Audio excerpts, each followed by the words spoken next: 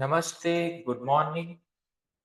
तो हम सबके गुरु डॉक्टर हनीमान सर और टीचर्स, सभी होम्योपैथी के मास्टर्स के आशीर्वाद से, ब्लेसिंग से हम अपनी जर्नी को आगे बढ़ाते हैं। तो आज हम एक्यूट डिजीज के बारे में समझेंगे कि क्या है एक्यूट डिजीज। कल हमने समझा दो तरीके के डिजीज होते हैं, क्रॉनिक एंड एक्यूट। तो इसमें सबसे पहले एक्यूट और आगे की जो हमने जर्नी सीखी उसमें ये साबित हो गया है कि होम्योपैथी क्रॉनिक डिजीज के लिए सबसे बेहतरीन ट्रीटमेंट है। तो अब एक्यूट डिजीज को समझते हैं। As regards acute diseases, they are either of such a kind as attack human beings individually, the exciting cause being injurious influences to which they are particularly exposed। तो acute disease के बारे में अगर हम समझे जाने तो ये इस तरीके के डिजीजेस है, बीमारियां है जो इंडिविजुअली ह्यूमन बीइंग को अटैक करते हैं और साथ में और उसका जो एक्साइटिंग कोज है उसके उस एक्साइटिंग कोज के जब संपर्क में आता है इंसान तो वो इंजरियस इन्फ्लुएंस बन जाता है और ह्यूमन एक्यूट बीमारी में बीमार होता है। लाइक एक्सेस इन फूड, ज्यादा खाने से, और an insufficient supply of it, या फिर नहीं खाने से या कम खाने से। सीवियर फिजिकल इंप्रेशन, कोई सीवियर फिजिकल इंप्रेशन हुई जैसे एब्रेशन, लेसरेशन, या फिर सीवियर सनस्ट्रोक, कोल्ड डे, ये सब फिजिकल इंप्रेशन में आता है। Winter season, rainy season, chills, chills यानी कि वही बात हुई, विंटर में ज्यादा चिल होती है तो उसकी वजह से एक्यूट डिजीजेस क्रिएट होते हैं। ओवर हीटिंग्स की वजह से डिसिपेशन, स्ट्रेन्स एक्सेट्रा, ये सब अलग अलग एक्यूट कोजेस है। और या फिर physical irritations, mental emotions and the like. तो ये सब फिजिकल, ये सब हम इसको कह सकते हैं कि ये सब ये जो भी एक्साइटिंग कोजेज हमने देखे समझे हमारे इर्द गिर्द, ये सब होते रहता है, हमारी लाइफ में भी होता है, पेशेंट की लाइफ में होता है, ये सब चलता ही रहता है। लेकिन अगर हम इससे सेंसिटिव है, हमारा ये एक्साइटिंग कोज यानी कि वो हमारे लेटेंट सोरा को एक्साइट करता है तो वो हमें डिजीज करता है। वरना फिर ऐसी घटनाएं काफी होती है, फिर वो चली भी जाती है, हम बीमार नहीं होते। तो इस इन सब में फिजिकल कोर्स के अलावा मेंटल इमोशंस और द लाइफ और इसी तरीके के अलग अलग are the exciting causes of such acute febrile affections. ऐसे एक्यूट फेब्राइल अफेक्शन की ये सब एक्साइटिंग कोजेज हैं। In reality however however they are generally only a transient explosion of latent sora। Correct, सही में तो या सच में तो ये क्या है, जैसे मैंने समझा है कि ये लेटेंट सोरा को एक्साइट करता है, तो वही बात है कि लेटेंट सोरा की ट्रांजिएंट एक्सप्लोरेशन है, यानी कि टेम्पररी वो जाग गया फिर वापस शांत हो जाएगी। Which spontaneously return to its dormant state, जो अपने आप वो वापस अपने डॉर्मेंट स्टेट में, लेटेंट स्टेट में चला जाता है। If acute disease were not of too violent character, अगर वो वायलेंट कैरेक्टर का बीमारी नहीं है तो फिर वो वापस अपने लेटेंट अवस्था में चला जाता है एंड आर सुन क्वेल, और वो जल्दी से बीमारी खत्म हो जाती है। और they are of such a kind as attack several persons at the same time. ये एक इंडिविजुअल एक्यूट डिजीज हुआ, या फिर एक्यूट डिजीजेज ऐसे भी होते हैं जो एक साथ में कई लोगों को अटैक करते हैं, here and there, that is sporadically, by means of natriuretic or telluric influences and injurious agents. The susceptibility for being morbidly affected, by which is possessed by only a few persons at one time, are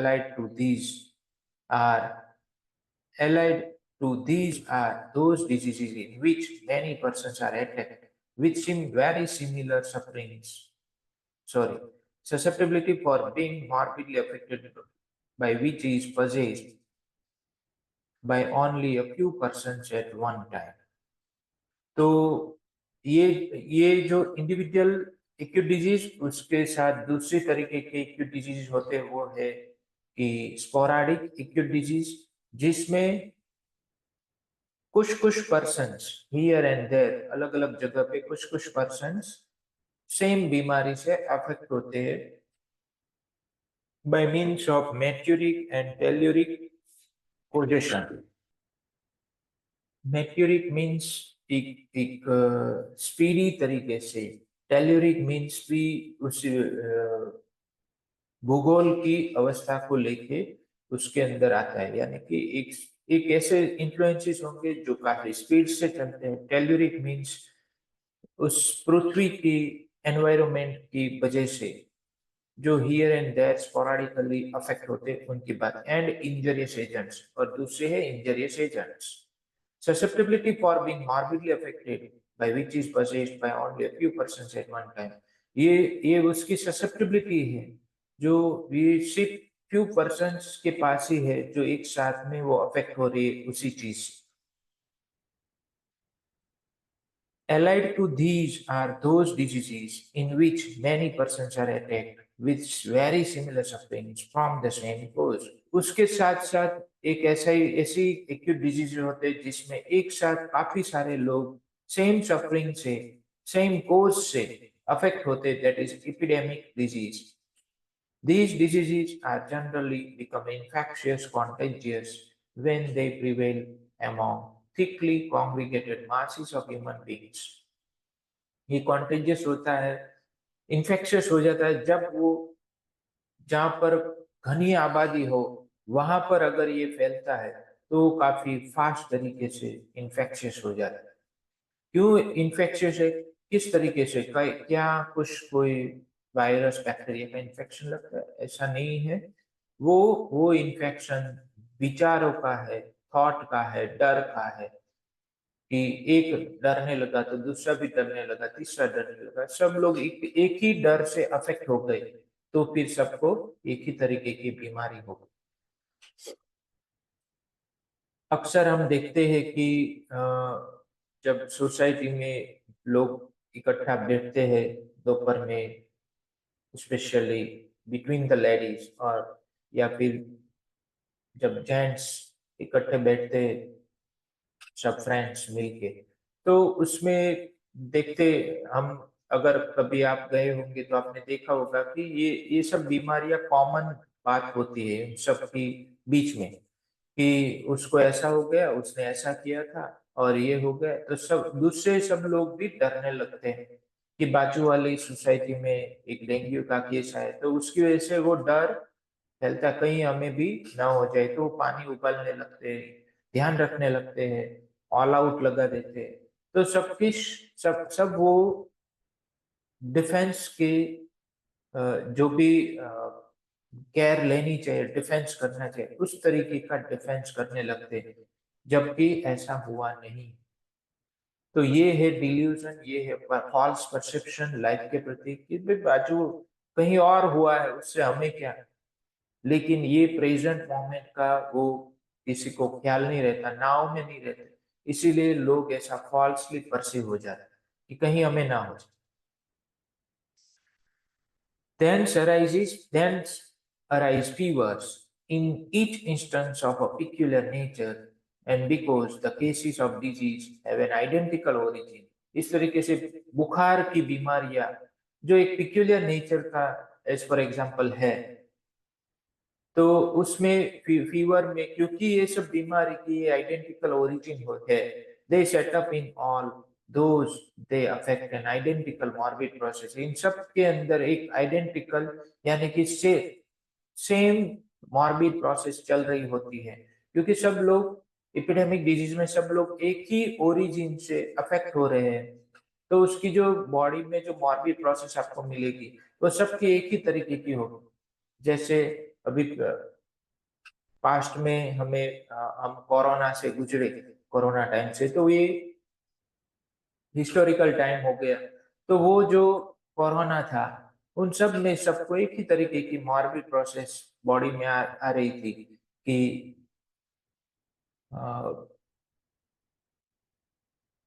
pneumonia आ रहा था और साथ में कुछ कुछ लोगों को और लंग कोलैप्स हो रहा था।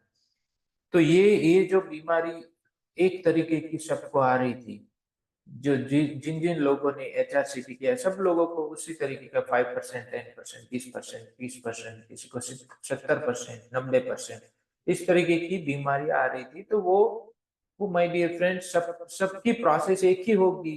अब उसको हमें हमें उसको प्रूव करने की जरूरत नहीं। हनुमान सर ने ये सब करके हमें देखे गए कि सबकी प्रोसेस तो एक ही तरीके की होगी, क्योंकि ओरिजिन भी एक ही तरीके का है, which when left to itself terminates in a moderate period of time in death or recovery। अगर हम उसको ऐसे ही छोड़ दें तो कुछ टाइम में वो डेथ या रिकवरी में टर्मिनेशन उसका हो जाएगा। The calamities of war, inundations and famine are not infrequently, means frequently, their exciting causes। War की कैलेमिटीज या फिर इनंडेशंस यानी कि पानी आ जाना, फेमाइन भूकंप होना, आर ये सब उसके फ्रीक्वेंटली एक्साइटिंग कोजेज है एंड प्रोड्यूसर्स है इन इन एपिडेमिक डिजीजेस का। आप समझ सकते हैं। अब इससे आप समझिए कि ये सब चीजें कैसे अफेक्ट कर रही है। ये सब चीजें अफेक्ट कर रही है, डर पैदा कर रही है, डर और उसके साथ फॉल्स परसेप्शन लाइफ के प्रति पैदा कर रही है, जिससे जिससे इंसान को अपने खुदा, अपने ईश्वर, अपने गॉड के ऊपर से भरोसा उठ जाता है। और लोग समझने लगते हैं कि भाई कहीं मेरे साथ ऐसा ना हो जाए, तो मैं अपने आप का बचाव कर लूं। जबकि वो जिसने इसको हम सबको पैदा किया, हमारा प्रोड्यूसर, वो हम सब के अंदर उसका अंश है, उसकी लाइट है। लेकिन हम हमारा विश्वास तब उस पल हमारा विश्वास नहीं रहता है उस पर, और हम बह जाते हैं किसमें, डर में, अपनी चिंताओं में, अपने फॉल्स परसेप्शन। तो ये इसीलिए ये फॉल्स परसेप्शन हो जाता है कि कहीं मेरे साथ ऐसा ना हो जाए। ये फॉल्स परसेप्शन बन जाता है। Sometimes they are peculiar acute miasms which recur in the same manner, hence known by some traditional name, which either attack persons but once in a lifetime, as the smallpox, measles, whooping cough, ancient smooth, bright red scarlet fever of Sydenham, the mumps, etc। तो कुछ peculiar मायाजम ऐसे है कि जो same manner में आते रहते हैं, उसी तरीके से आते रहते हैं, और इंसान को एक ही बार लाइफ टाइम में एक ही बार होता है। ऐसी बीमारियों के अलग अलग नेम है, smallpox, measles, whooping cough, scarlet fever, mumps, etc. Or such as recur frequently in pretty much the same manner. The plague of the Levant, the yellow fever of the sea coast, asiatic cholera, etc. और ऐसी ही दूसरी बीमारियां जो frequently उसी manner में same तरीके से हर बार epidemic disease में एक ही तरीके की मॉर्बिड प्रोसेस के साथ आते हैं, वो है plague, yellow fever, Asiatic cholera. इन सब की मॉर्बिड प्रोसेस एक तरीके की होती है, तो मॉर्बिड उसका ओरिजिन भी एक ही तरीके का होगा।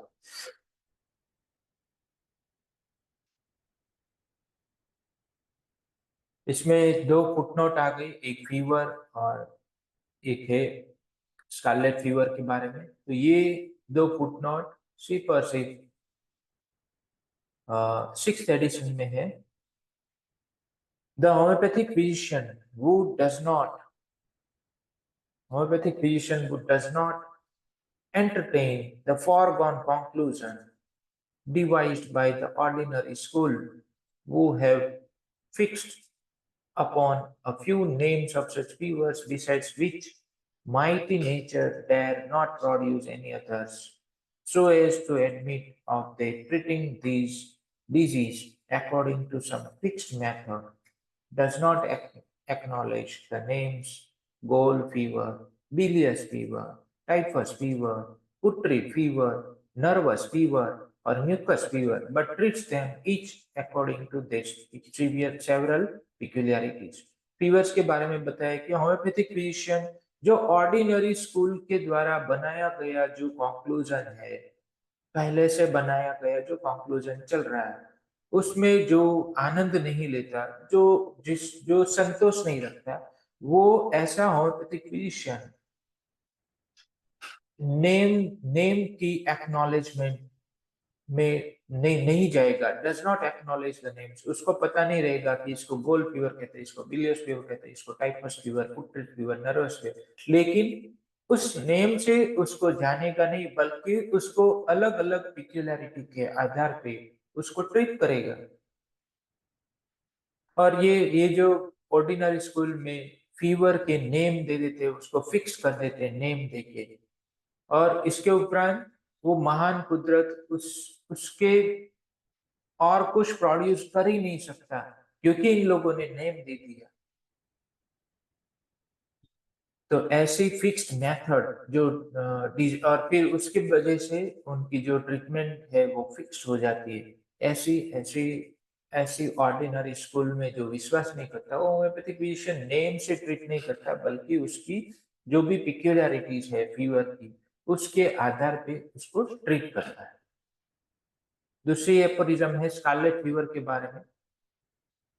Subsequently to the year 1801, a kind of Purpura miliaris rudbonk, which came from the west, was by physicians confounded with the scarlet fever, notwithstanding that they exhibited totally different symptoms, that the latter found its prophylactic and curative remedies in belladonna, the former in aconite, and that the former was generally merely sporadic, while the latter was invariable epidemic. तो ये 1801 की बात है कि जब परपुरा मिलिस जो waste से आया हुआ था, फिजिशियन उसको स्कारलेट फीवर के साथ कंफाउंड हो गए, यानी कि उसको कंफ्यूजन हो गया।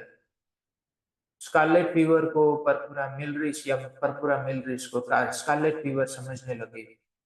उसके उपरांत इन दोनों की जो सिम्टम्स है वो काफी डिफरेंट है, फिर भी वो लोग कंफ्यूज हो गए। That the latter found its prophylactic, latter mean scarlet fever की जो प्रोफाइलेक्टिक एंड क्यूरेटिव रेमेडी है वो है बेलाडोना, और जबकि परपुरा मिलरिस की जो दवाई है प्रोफाइलेक्टिक एंड क्यूरेटिव रेमेडी वो है एपोनाइट। And that the former was generally, former means purpura miliaris जो स्पोराडिक होता है, और जबकि स्कारलेट फीवर जब भी होता है तब वो इनवेरिएबली यानी कि चौकसता के साथ वो एपिडेमिक ही होता है। ऑफ लेट इयर्स, कुछ सालों के बाद, it seems as if the two occasionally join to form a eruptive fever of a peculiar kind. ऐसा देखा गया कि ऐसा लगा कि ये दोनों जॉइंट हो गए और एक अलग तरीके का इरप्टिव फीवर को जन्म दिया, for which neither the one nor the other remedy alone will be found to be exactly homeopathic, जिसके लिए ना ही बेलाडोना ना ही एकोनाइट अकेली एग्जैक्टली होम्योपैथिक साबित हुई, मिली। तो ये कुछ सालों के बाद ऐसा देखेगा कि ये दोनों जॉइंट हो गए और एक नए इरप्टिव फीवर को जन्म दिया, जिसमें ये दोनों दवाई इंडिकेट नहीं होगी, कोई दूसरी या तीसरी दवाई इंडिकेट होगी। तो आज के लिए इतना ही। कल हम फिर से आगे की जर्नी को साथ में बढ़ाएंगे। तब तक के लिए thank you, good bye, take care, love you all.